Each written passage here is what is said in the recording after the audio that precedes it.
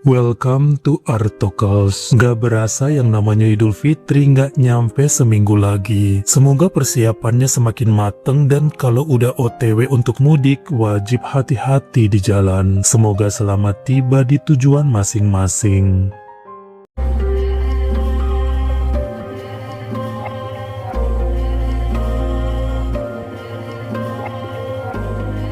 Kasus unik tanpa motif yang jelas terjadi di Desa Tembuan, Minahasa Selatan, Provinsi Sulawesi Utara. Saat itu sekitar pukul 4.30 subuh waktu Indonesia Tengah pada Jumat tanggal 3 Mei 2024, di mana seorang pria bernama Rifrain terbangun dari tidur saat berada di samping istrinya yang bernama Rohinda Tompunu atau Indah. Perempuan tersebut bergumam tanpa sadar dalam tidurnya hingga bikin sang suami cemburu dengan mengucapkan kata-kata yang kurang lebih begini, "Tidak usah kerja keluar dari wilayah Bolsel." Selama ini banyak yang berpendapat bahwa itu ditujukan kepada Rifrain. Padahal menurut sang suami, mereka tidak pernah ada omongan mengenai hal tersebut. Dan yakin bahwa omongan ngelantur yang keluar dari bibir istrinya justru diperuntukkan bagi lelaki lain yang menjadi selingkuhan Indah. Karena sudah sebulanan terakhir semenjak istrinya baru melahirkan, terbersit kecurigaan Rifrain bahwa wanita yang sudah dinikahi sejak tahun 2018 tersebut ada main dengan pria yang disembunyikannya.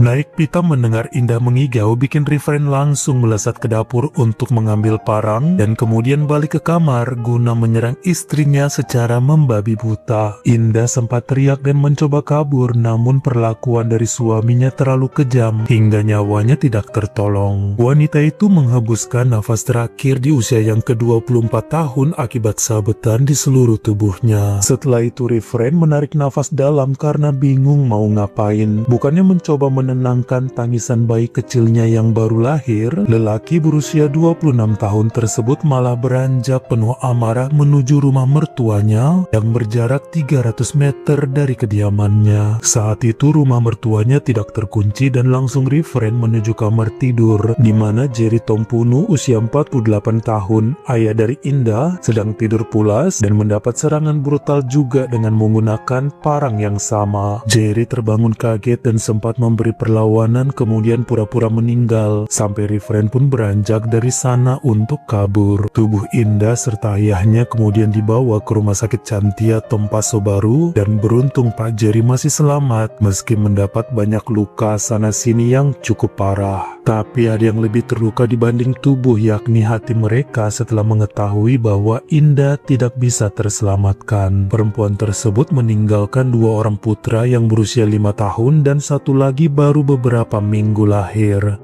Setelah ditangkap oleh pihak Polres Minahasa Selatan, ternyata Rifrain ngaku dia dibakar api cemburu terhadap istrinya dengan meyakini bahwa Indah punya selingkuhan. Namun menurut keterangan saudara dan rekanan, hal ini sangat mustahil dilakukan mendiam. Selain memang Indah adalah orang yang baik, setia dan sibuk dengan statusnya sebagai ibu rumah tangga, kondisinya kan baru melahirkan, mana mungkin mikirin main cowok. Sebelumnya dia lagi hamil, masa ia mau pacar-pacaran sama pria lain? Gimana caranya? Orang sekeliling menduga bahwa perselingkuhan justru dilakukan oleh Rifrain yang sering keluar rumah dan gatel sana-sini. Hobi banget ngegodain cewek lain saat istrinya sibuk ngurus anak-anak. Beberapa keterangan saksi juga mengatakan bahwa selama menjalani pernikahan, ternyata lelaki tersebut punya tendensi melakukan KDRT terhadap sang istri. Makanya Pak Jerry sering ikut ngebelain dan menjadi musuh bagi sang menantu. Karena ketika disuruh tunjukin mana buktinya Indah berselingkuh sampai bikin suami marah, ternyata tidak ada. Sementara setelah melewati beberapa kali persidangan, lelaki tersebut tidak mengubah kesaksiannya tentang motif menghabisi sang istri, yaitu karena dianggap memiliki kekasih gelap.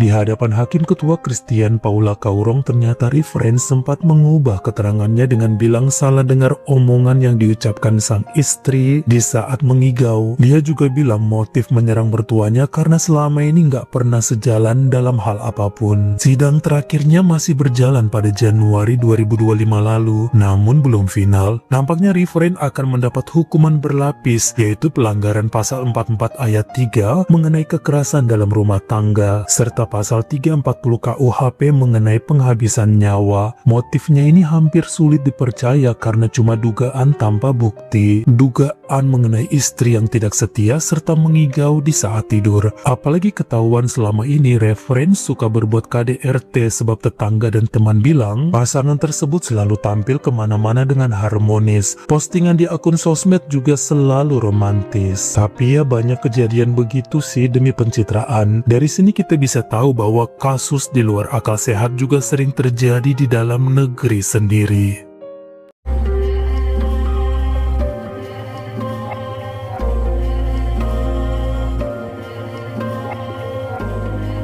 Kehidupan Zulfa bersama suami serta 3 orang anaknya terbilang sangat rukun dan bahagia di wilayah Patani, negara Thailand. Sang suami merupakan PNS bidang pangan dan pasangan ini juga memiliki usaha perdagangan beras yang biasa didistribusikan ke berbagai daerah di selatan Thailand. Zulfa merupakan pribadi penolong dan sangat menghargai setiap orang yang datang minta bantuan. Makanya banyak yang suka sama keluarga mereka karena berjiwa dermawan. Wanita berusia 36 tahun tersebut yang kemudian punya ide untuk bangun kontrakan yang gak jauh dari tempat tinggalnya supaya bisa mendapat penghasilan sampingan setiap bulannya. Dia bangun kontrakan 17 pintu dan ternyata cukup laku karena letaknya berada di belakang pusat perbelanjaan di anak kompleks di Jalan Anoru. Kebanyakan yang nyewa adalah para pekerja mal atau yang berkantor sekitaran pusat perbelanjaan tersebut.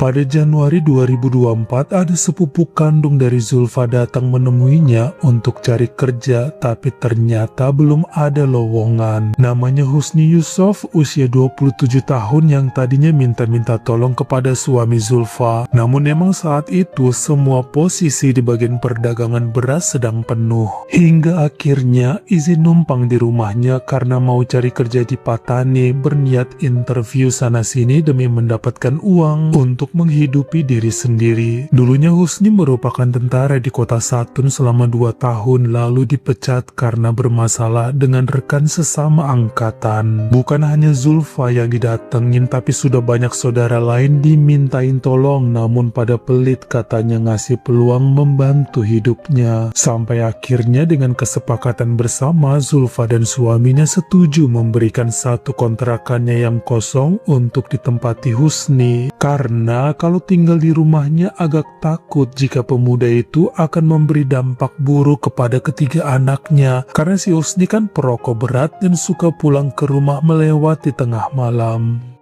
Memasuki bulan ketiga dirinya menempati kontrakan milik sang sepupu, ternyata mulai ada laporan dari penghuni lainnya mengenai sosok pria bertopi dan pakai masker yang sering muncul sekelebat di depan jendela ataupun di depan kamar mandi umum yang terletak di belakang bangunan tersebut. Jadi kondisi tiap rumah kontrakan di situ saling dempet dan setiap kamarnya pasti ada kamar mandi di dalam. Namun memang disediakan 3 kamar mandi umum untuk jaga-jaga karena ada rumah yang berpenghuni 3 orang supaya tidak harus susah payah saling menunggu. Balik lagi ke pengaduan para perempuan tersebut yang kemudian ditanggapi oleh Zulfa dan mulai menanyai satu persatu. Ada 3 orang laki-laki yang nyewa di sana termasuk sang sepupu Husni dan semua mengaku tidak tahu menau mengenai sosok yang dimaksud dan gak pernah juga kelihatan dalam pandangan mereka. Menurut keterangan para penghuni wanita yang pernah melihat sosok ini, pasti itu adalah laki-laki dan badannya agak gemuk dengan menggunakan jaket hitam. Sementara sepenglihatan Zulfa, 3 pemuda yang menyewa di situ pada kurus semua. Apalagi gerbang komplek kontrakannya selalu tergembok dan hanya penyewa yang memiliki kuncinya masing-masing. Jadi kemungkinan sosok itu melompat dari pagar beton setinggi 3 meter atau ada yang sengaja membukakan gerbang untuknya. Satu hal yang paling mengerikan adalah 2 penghuni wanita yang pernah berpapasan langsung dengan sosok tersebut di waktu yang berbeda mengatakan bahwa si pria bertopi itu terang-terangan membuka resleting celananya dan mengeluarkan anunya sambil dimain-mainin di hadapan cewek-cewek tersebut. Bukannya ngelawan, mereka langsung lari teriak dan saat teman lain mau nolong udah keburu hilang si cowok gak ada otak itu.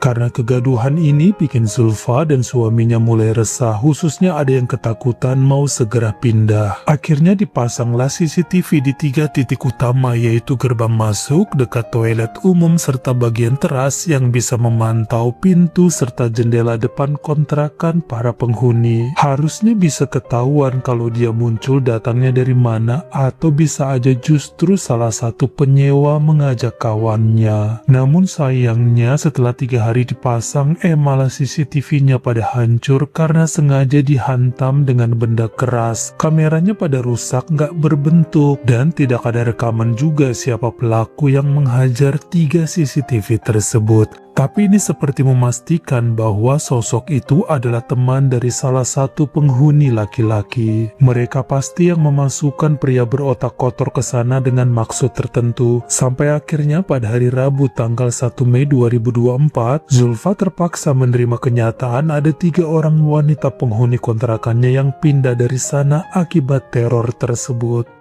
Sampai pada Jumat subuh tanggal 3 Mei 2024, seorang penghuni wanita bernama Nasibah Lador usia 31 tahun bersiap akan berangkat kerja dan sudah mencuci sepeda motornya semenjak gelap di teras depan. Sekitar pukul 5 pagi dia mendengar suara pintu depannya seperti dibuka perlahan dengan bunyi nyit yang membuat jantungnya berdegup kencang. Sampai dengan mendadak nampaklah sosok pria bertopi dan menggunakan masker ada di ruang tamu bikin terkejut. Dalam sekejap laki-laki itu mulai menurunkan resleting celana jeans birunya dan berusaha mengeluarkan anunya yang panjang. Nasibah langsung ingat bahwa dia baru memasak air panas di kompor portable-nya untuk dipakai mandi. Dia buka pancinya, meraih sebuah mangkok, menggayung isinya lalu disiramkan kepada cowok tersebut dengan cepat sebanyak 3 kali. Setelah itu panci diangkat dan menyiram sisa air mendidih sampai sosok tersebut kepanasan lalu menjerit kesakitan karena matanya pun terkena cairan panas yang ada. Nasibah berteriak sekuat tenaga hingga beberapa tetangga muncul dan melihat sosok tadi meraung kesakitan sambil berlutut di teras depan dekat motor terparkir. Beramai-ramai melaporkan pada ibu kos lalu membawa pria tadi ke rumah sakit umum Patani. Setelah dibuka topi dan maskernya, ternyata dugaan mereka benar, itu adalah Husni Yusuf. Nasibah juga mendapat perawatan karena menderita luka leleh pada kedua tangannya saat meraup air mendidih dari panci tadi. Zulfa dan suaminya melakukan pelaporan kepada polisi atas tindakan sepupunya tersebut hingga memanggil para mantan anak kosnya yang udah pindah dulu supaya bersaksi mengenai sosok yang pernah mendatangi mereka lalu nunjukin anunya. Ternyata Husni dipastikan memang sebagai pelakunya. Dia dengan sengaja menggunakan 8 lapis baju menumpuk dan paling luar adalah jaket hitam supaya tubuhnya kelihatan lebih gemuk dan buncit supaya menyamarkan bodi fisiknya. Beberapa kesaksian dari pejalan kaki yang merupakan warga sekitar juga mengungkapkan pernah melihat sosok Husni yang merusak kamera CCTV di atas gerbang depan kontrakan Bu Zulfa. Wajah dan leher pemuda itu cukup parah ya, luka bakarnya sampai sulit berbicara. Sayangnya sebulan kemudian pada hari Selasa tanggal 11 Juni 2024, nyawa Husni tidak terselamatkan akibat luka-lukanya yang semakin parah. Kedua orang tuanya menuntut Nasibah untuk segera dihukum yang ternyata banyak LSM wanita membela perempuan tersebut dengan alasan sebagai perlindungan dirinya. Hakim pun menganggap bahwa Husni punya kelainan dengan mempertunjukkan anunya dan justru Nasibah bersama 2 perempuan lain adalah korban. Makanya meskipun nyawa Husni sudah melayang tapi Nasibah Lador dinyatakan bebas oleh 3 hakim di Pengadilan Tinggi Wilayah Patani. Kontrakan milik Ibu Zulfa kemudian diratakan dengan tanah lalu dibiarkan begitu aja selama setahunan ini akibat protes warga sekitar. Bagaimana menurut kamu, mana dari 2 kasus tadi yang sama-sama terjadi pada tanggal 3 Mei 2024 yang paling menggetarkan jiwa? Kalian komen di bawah. Kalau kamu suka sama video ini, jangan lupa klik like serta tombol share-nya.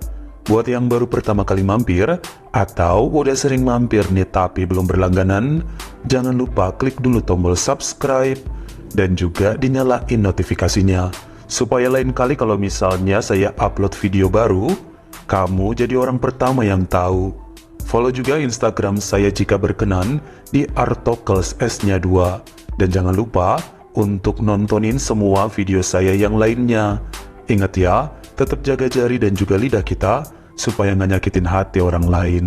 Terima kasih.